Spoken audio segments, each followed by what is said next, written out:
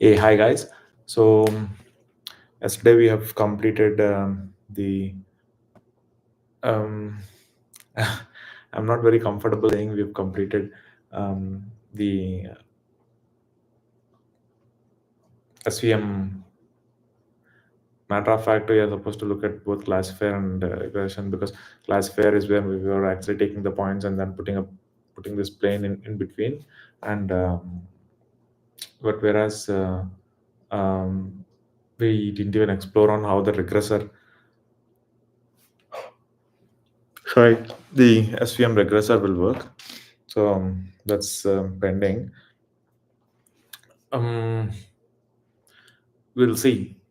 I'll have the SVM on list so that I'll explore on the equation, or maybe one day we could spend on watching some video on SVM, which is more detailed with the math explained and stuff, so that we can actually see how um, the SVM equation is derived, how the loss is calculated. So if any model that you take, the overall process will be same. Now I think now by now you should understand. You are being given a data which is x1, x2, x3 something. You try to understand the pattern in it, which is nothing but the whole learning process. To represent the pattern, you come up with an equation, and different algorithms has different equation. Linear regression has its own equations, logistic has its own equation, decision trees has its own equation. um, Decision trees equation is very simple. It's just x1 right, s1 is equal to 4 or something like that, right? Then SVM has its own equation. So um, okay, let's think of naive Bayes. It's a probability that we calculate, and based on probability of each feature we calculate, is it's, can we say, yeah, see, end of the day, something which says where we derive some value basing on calculation, you can call it as an equation, but not algebraic. Algeb Not algebraic, I don't know if there's a word called algebraic, but algebra based equation. um, Probability based equation. um, so again, so it's always equation, and we see what is the pattern in the data, and then we try to see how far this equation derives a pattern or aligns with the pattern in the data. If it's not aligning, we calculate how much it's not aligning. That is what we call as loss or cost. And then our objective will be to reduce that particular loss or cost in a way that the cost is minimal, the loss is minimal. Uh, so we should understand, for SVM classifier and regressor also, we should understand what is the kind of equations that they use and stuff, on how they derive, how they pick up the plane, and how they adjust the loss, how they calculate the margin, all that we should understand. Okay, we'll look into it sometime. Now, moving forward, till now we have learned um, all of them are supervised machine learning. So there are also unsupervised. If you guys, I'll just quickly repeat on what is difference between supervised and unsupervised. Supervised is something where supervised is like we have an exam, and um, I mean, I don't know how many of you guys know, but there's something called a question bank. Okay, so what happens? People, uh, when they need to prepare for an exam, they'll have a like an FAQs or a question bank kind of stuff, where they refer to all the questions that are possible there and what the answers that are there. They go through all that questions, answers, and stuff. Later, they will be given a question paper, which need not necessarily has the same question as what is there in question bank, but the concepts might be similar. So the whole um, evaluation or challenge is going to be how can a person answer these questions basing on the question bank's questions and answers. Okay, so that is actually a good example of what is a supervised learning. Okay, now coming to unsupervised learning. um, Unsupervised learning is like you, you are not explicitly given what that particular thing is, so you try to um, like the questions are overall given but the answers are not given this in unsupervised scenario. But what you do, looking at the question, you should for example, for a school student, if you mix up all the questions like math, science, social, um, or mm, like English, Spanish, something like that. If you have all these questions, then basing on the question, we can segregate, saying, okay, this is math question, this is science question. So you look at the question, you see what are the terms in it and stuff, and then you see which subject is closest to the terms. Is it math, is it science, is it language? You see which is the closest, and you put that question into that particular bucket, saying, okay, this is math question, you put it into math bucket, and this is science question, you put it into science bucket. Like that, you segregate, right? So here it is unsupervised because you are not given a training data or features which has corresponding y. You have been given just the features and you've been asked to learn on top of it. So you're not given y. Then how do you learn on top of it? Doesn't make sense, right? So the, the key problem here is you don't know what is the right answer, right? Then how do you derive a right answer, right? So that's a good problem to solve, right? So we'll ask ChatGPT on once on what is the different kind of um, unsupervised learnings that are there.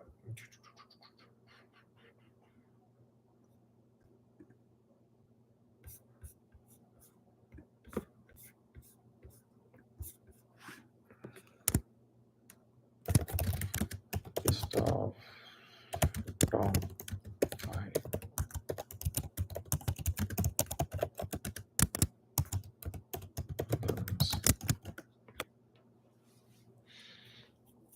Unsupervised learning algorithms, K-means clustering, hierarchical clustering, principal component analysis, technical projects data onto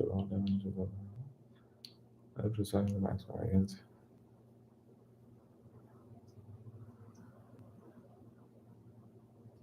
Simple component analysis is an unsupervised learning technique. Okay, we'll look at what is PCA also today. Density-based spatial clustering of applications with,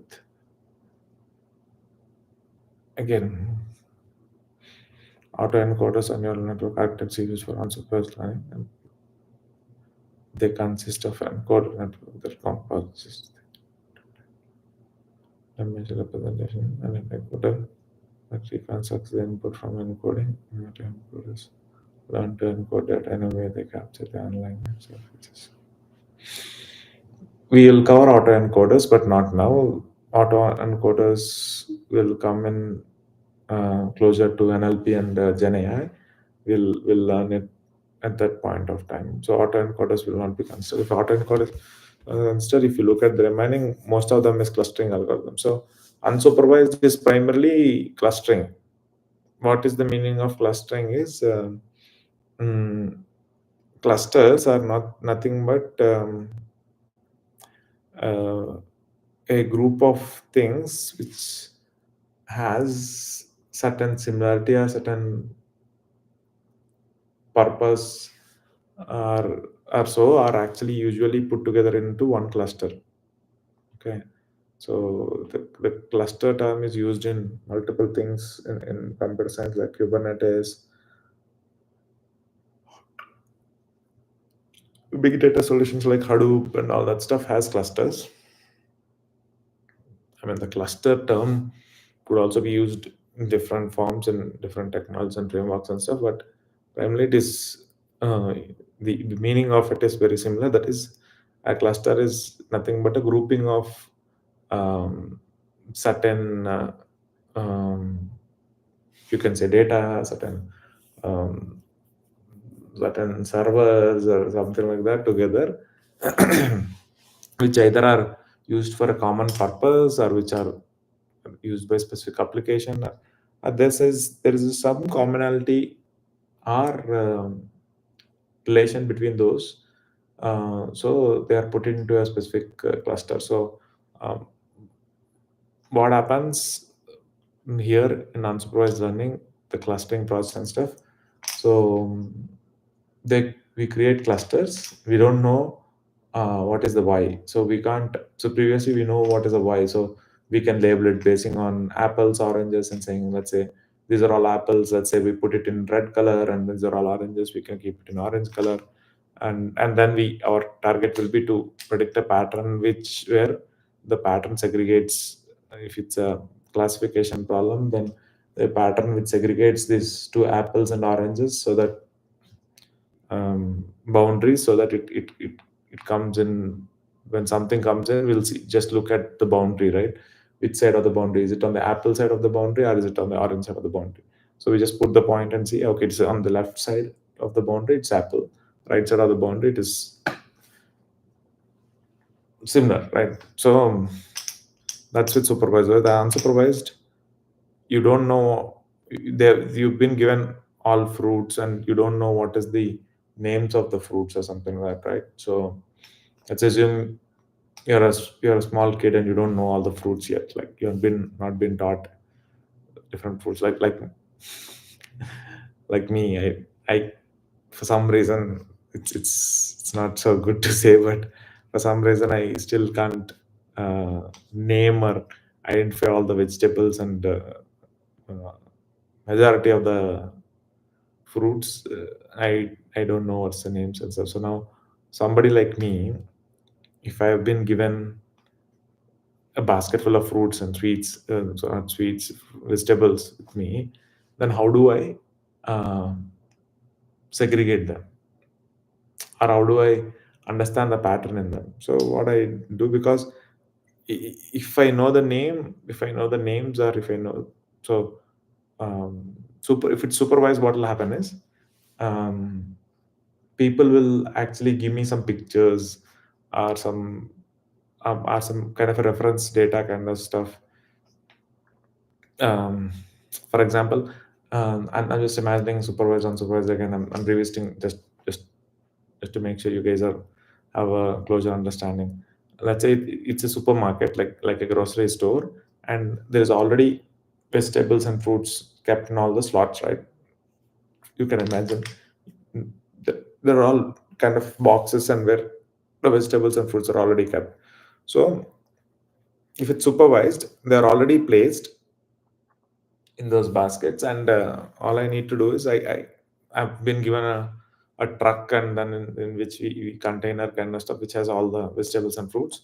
So I go there, I'll look at everything to understand, okay, what is at least okay, I'll look at some everything, and then I'll identify some things like, okay, um, what color, what size, how is it, what shape, and and all that. I'll recognize some pattern for each of them. And what I'll do, and now once I pick up my container, I'll basing on the knowledge that I gain, that whatever I'm looking at is nothing but our training, and basing on training, whatever features that I capture, and I segregate. Okay, I think this section is all um, is all about vegetables. This section is all about fruits. Um, If I don't know, it's a different story. But at least I can say, okay, if it's red, then most of the reds are there. So I should go there first and then look for reds. If it's something round, then it is here. Some segregation I'll know because they're already there. Okay. So from the container, I'll pick up something and then I'll, basing on my memory of information that I have, saying, okay, all the reds are on the right side corner, and then I'll go there. I'll try to put it there, right? So uh, similarly, I'll segregate all of them, and just in case if there is something which I can't um, map it to the like to the data, then what I do, I'll just um, I'll just see what is the closest to it, and then I'll put it there. Correct. So um,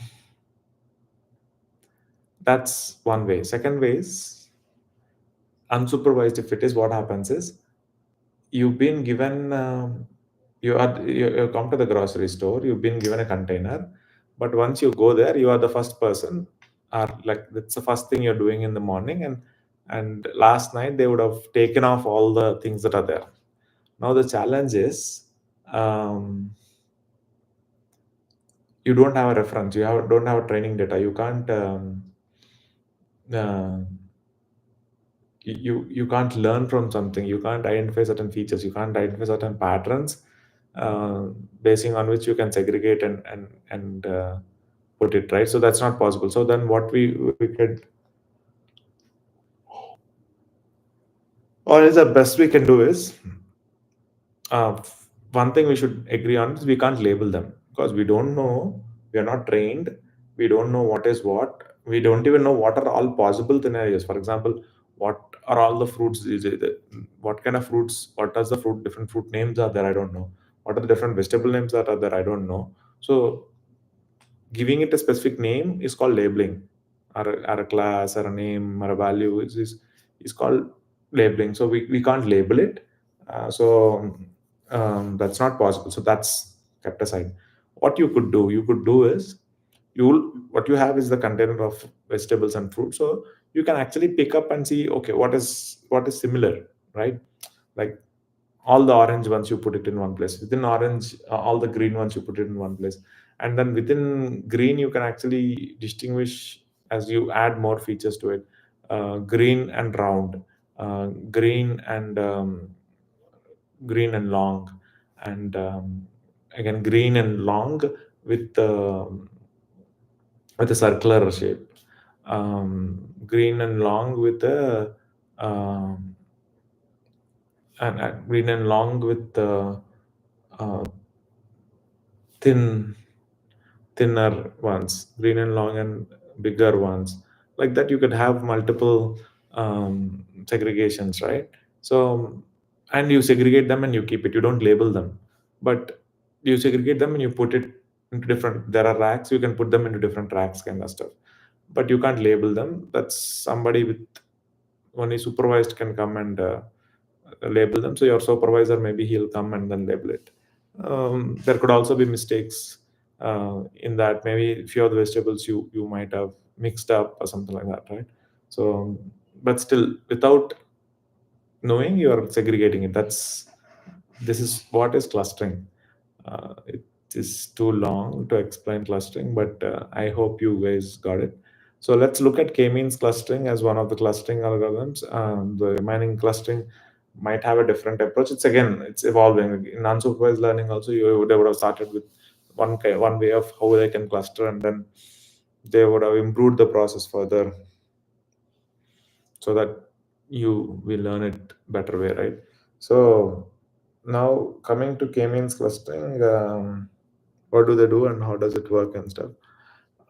We can, again, I, instead of going with things on top of my head, I'll try to refer a blog or something like that, and then I've also found something interesting where you have um, visualization as well, which is nice actually. Visualizations are nice.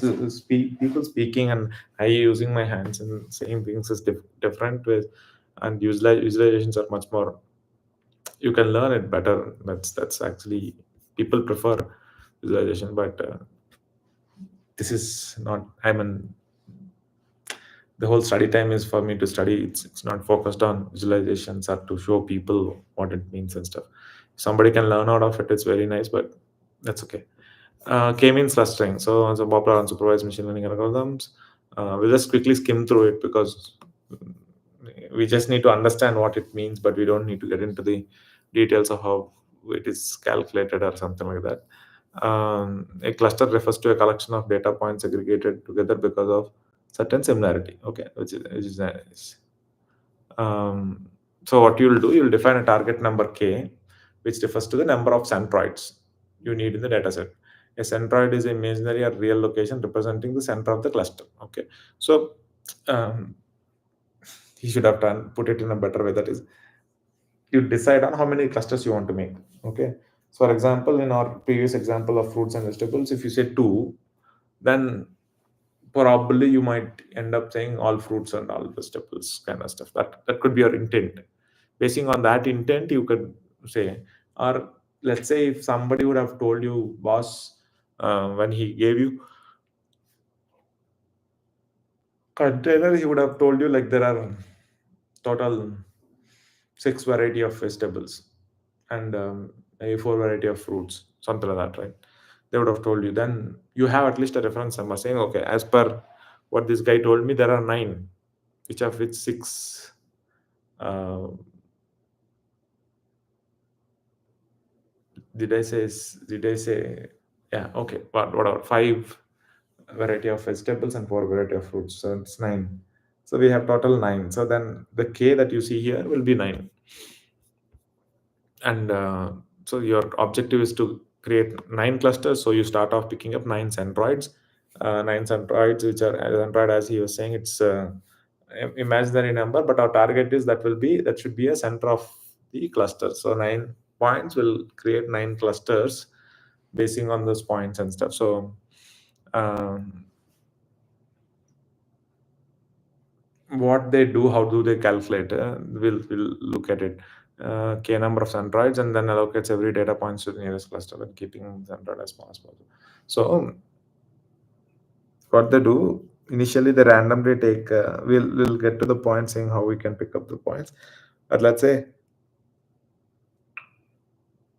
they randomly take the 9 points and they put it. I mean, okay, to bring from the real world problem to the data problem, right? When you come to machines can't machines work on data, right? So of course, with the latest trend and stuff, uh, you can put in a humanoid kind of stuff which has vision. It can look at this container which has vegetables and fruits, and it can actually um, it's assume the same thing. If it doesn't know what is the name of it, it can also look at it and then say what did we identify when we were doing it. We were actually identifying the features, right? Saying what color is it, what shape is it, how long is it, what size is it large, is it big, is it small. So there are multiple features that you extract um, from the data, and basing on the features, you know what that particular what is the data points that we can assign to that particular feature, and you can represent the particular data point. Let's assume okay, I'm also going in that pattern saying uh,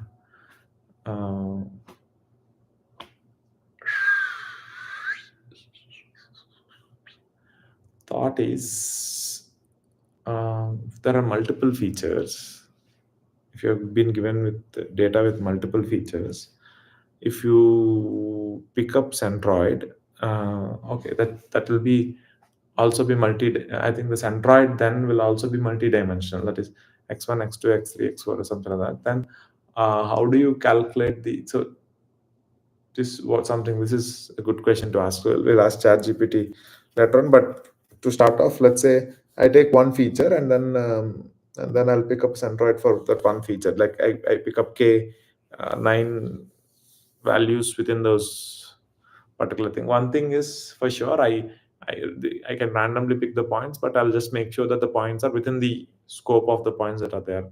Uh, like let's say the range of the points that you have for the feature x1 across all is in between. Um, let's say it's from uh, 10 to 200. Okay, then that's your range. So you, even if you pick random points, you don't usually pick something outside that scope, because of course your clusters are supposed to be within 10 to 200, right? You're not expecting it to be outside the range. It could be outside the range a little bit, but you're primarily your, at least your clustering should have this centroids within this 10 to 200 boundary kind of stuff, right? So then what we do after picking up the points is these random points, these 9 points, we'll actually see um, what is the distance in between these 9 points and all the data. That means, so what happened on a given plane like this, we have all these 10 to, plane level is let's say 10 to 200. We have all these values, right, distributed in 10 to 200 in a plane, right? So those 10 to 200 points, we kept like 9 dots within the 10 to 200 points, and to this 9 dots, for every point to this 9 dots we can calculate the distance, right? So what we do, first of all, we'll see within this 9 points, which point is closest. Like every point has certain distance with these 9 points, and we will see which point is closest to that, whichever is the closest to that, and we call them centroids, like 9 centroids, right? So which each centroid, we'll see which point is closest to that, and then let's say 9 of them has 9 different colors. Then what we do, whichever is closest, we'll assign that particular color. This cluster coloring is nothing but clustering. So our objective is to prepare 9 clusters, but 9 clusters, how do we come at the first time is you put random 9 points, and for each point you calculate distance for all the points that are there. And then that tells you like which, for a given point on the space, which is the nearest centroid, and you tag it along with the centroid, like centroid, let's say C1, C2, C3, C4, C5, C9. Then I'm closest to C4. Then I become C4 cluster, centroids cluster. Like that, you assign certain clusters to all of them. But these are random points. They may or may not be a proper division, right? Like let's say out of your 9 points in the space, four of them are in one place and 5 of them are in another place. Then um, or let's say majority, like 6 of them in one place and then 2 of them are one place, whatever, majority of the points will be closer to these 2 points, and the 6 points will actually are dividing specific area into smaller points. So this is not something that we want. So we will try to we need to try to move the centroid in a way that it actually has proper clustering. Okay, so what we do, in the k means, so algorithm, nearest cluster while keeping the centers as small as possible. Okay. The means in the K means refers to averaging of the data, that is finding the centroid. So what they do, you put 9 random points, you assign um, you basing on the distance, finding out the nearest centroid, you now got 9 clusters basing on the points which are closest to these 9 points. You can actually visualize, right? I'll show you in visualization as well. Then what we do, uh, learning data, the k-means algorithm in data mining starts with the first group of randomly selected centroids, which are used as the beginning points for every cluster, and then performs iterative to calculation of optimize the position of the centroids. It helps creating and optimizing clusters when either the centroid have stabilized, there is no change in their values because the clustering has, or the identified number of iterations has been achieved. Okay. Okay, he's getting there. The key point is, uh, for a given cluster, after this 9 points being aligned, they take an average of that particular points, right? And uh, and pick up that average, that mean of the whole points as the next centroid. You guys got what I'm saying, right? So now randomly we put 9 points. Then 9 points could be, um, 9 points are could be on corners. All 9 points could be on one place or something like that, right? So what we need to do is, we our objective is to create 9 clusters in a way that the centroid is expected to be on the center of that particular cluster, and these clusters are proper segregations with minimal overlapping or something like that, right? So, and we also don't want these clusters to be like one cluster becoming pretty big and other clusters being very small, kind of stuff. That's not the proper classification. Then what happens, most of your points that come in where you need to predict which cluster it belongs to will go to the big cluster, right? So we need to avoid it. So to avoid it, we take this point on how we move the centroids, in a way that they actually capture only certain set of the points. So when you visualize, we can actually see how it changes. But when do we stop it? Like, okay, you move it, and again you calculate the distances between all the points, and then you segregate the points based on this k points, k centroids, and again you move it. So if you remember the previous point, means if you every time you calculate, if you observe saying your mean is either very close or same, that means you are already have segregated your k clusters have been formed in a way that you can't they're already dividing the centroids in a position that they can't move further. You have already put them in a way that they are already representing their closest points with their clusters, kind of stuff. Basing on the means, you can't move them away. So that means you are at a you have concluded on the clustering piece part of it. Okay, we'll see an example, not this one. As I said, I have found another page where visually they're showing you on this visualizing k-means clustering, which is nice. I just found it just now. So how to pick the initial centroids, that's what is the exercise, right? So let's say we'll do randomly first, which is what the computer would do.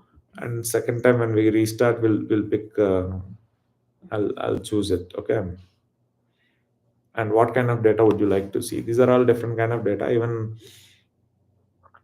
I don't know how it really works, but to I think easier ones to have lesser complication, um, we'll go with packed circles. So you know how they are. So for this, if you look at it itself, you can actually form clusters, right? The 1, 2, 3, 4, 5, 6, 7. So uh, 7 clusters is what ideally would we would target. And okay, then add centroids. I can also, okay, I can't pick, is it? I should be able to pick it, I thought. Okay. So you should make a choice on how many you can add, it seems. So I've added 1, 2, 3, 4, 5, 6, 7. So you see what happened? All these yellow is dominating, yellow and to some extent gray are dominating, remaining all points are distributed like that.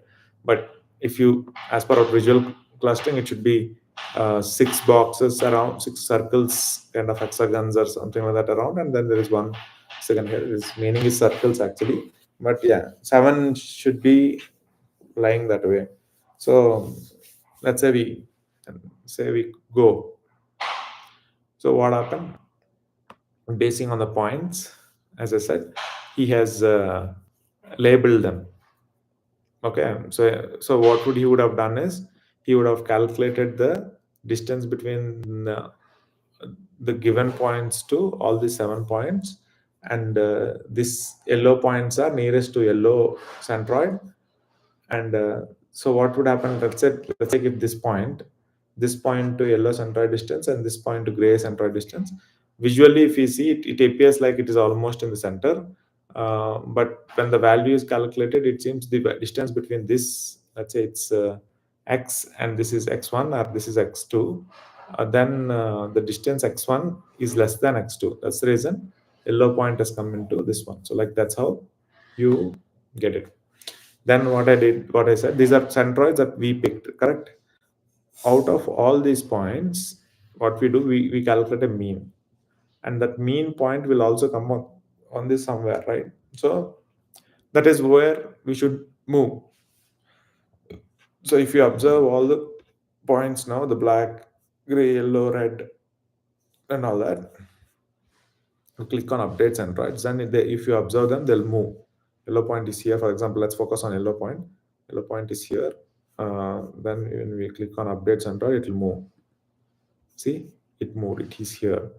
um, as we already know the solution, is it close to what it is not, but uh, once it is moved, the yellows, I mean, he is visually giving us, but ideally we don't know which is the yellow coverage path, but he's visually telling us this could be the boundary. So as per his classification, the distances now with the moved one is the uh, these yellow points that you see, 1 2 3, and this yellow point, these yellow points, if you see these should become gray. It is closer to this should become black, this should become blue, this all should become red, like that, right? So now if I say reassign points, that's what you will see, this has become gray, black. So it became nearest, right? Nice. Now again you calculate basing on these points, you calculate the mean. So if you say update centroids, it has calculated the mean. Once it has calculated the mean, it is moved that particular points there. Then if you see the yellow points, there are yellow points that are coming in on this color, there are a few yellow points coming in this blue, gray, and stuff. So those points will again be moved there. Similarly, there are gray points which are coming into yellow. So similar segregation is happening where the points are moving closer to the new centroid. So we reassign points, change them again, update centroids. Okay, and then again we reassign points, update centroids, reassign points, update centroids, reassign points, update centroids, reassign points. So if you see, observe now, we are almost at a state where we got the thing like 1 2 3 4 5 6 7. This is what we want, but a little bit of CLOs are there in the blue, and so now sorry, I should reassign points. Now if I reassign the point, now you can actually see they're a proper state, but still I can keep going. But what will happen eventually, what should happen eventually is, um, if that's how the clusters are there, even if I update centroid, it will adjust a little bit, it will not move further. See, now I'm clicking on, and if you guys can see, I'm clicking on it, but there is no movement. That means the centroids are already moved to a position with where it is uh, where they are finally at an optimal state of clustering, correct? So there is no point. Okay, for these points, this is actually a center, and these all points are closest to this, and they are not closer to any of the other points.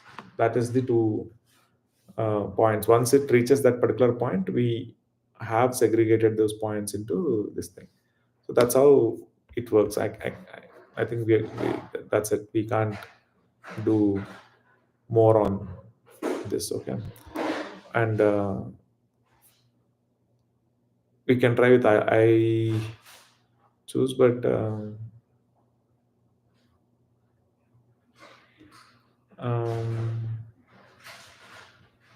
what will we take? Um, let's say this time I'm gonna choose, and then I'm gonna put density bars. It seems. How is this a density bar, man? I don't know, but looks interesting. Let's say we want to make it into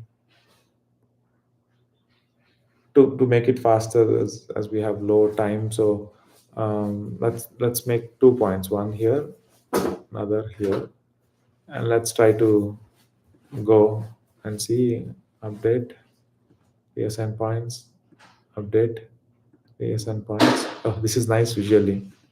Update reassign points, update reassign points. If you observe this line, right, here is where the change is happening. So if you observe there, if even if I click update points and reassign, there is no color change.